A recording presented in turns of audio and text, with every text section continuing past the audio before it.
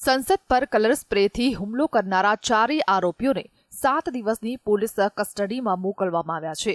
પોલીસે 15 દિવસના રિમાન્ડની માંગણી કરી હતી. બાદમાં પટિયાલા હાઉસ કોર્ટે 7 દિવસના રિમાન્ડને મંજૂર કર્યા હતા. કોર્ટે કહ્યું છે કે જરૂરિયાત ઊભી થવા પર રિમાન્ડને લંબાવી શકાય પણ છે.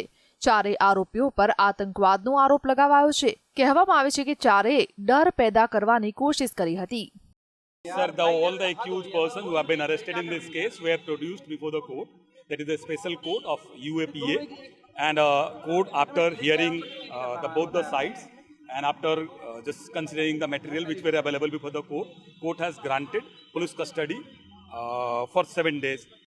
મહત્વપૂર્ણ છે કે લોકસભામાં ઘૂસનારા બંને શખ્સોની ઓળખ સાગર શર્મા અને મનોરંજન તરીકે થઈ છે.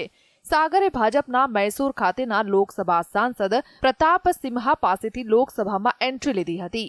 સંસદની બહારથી ઝડપાયેલા લોકોની ઓળખ નીલમ અને અમોલ શિંદે તરીકે થઈ છે. So we had asked for the 15 days. That was of the view that right now 7 days take it and then we can renew our. બુધવારે સંસદ પર 2001ના હુમલાની 22મી વર્ષી હતી. તે દિવસે 2 લોકો લોકસભાની દર્શક દીર્ઘામાં બેઠેલા હતા. તેઓ લોકસભા ચેમ્બરમાં કૂદ્યા. તેમણે ત્યાં સ્મોક એટેક કર્યો હતો. બાદમાં સાંસદોએ બંનેને ઝડપી પાડ્યા હતા. તે જ સમયે સંસદની બહાર નીલમ અને અમોલે સ્મોક એટેક કર્યો હતો. Bureau report, GSTV.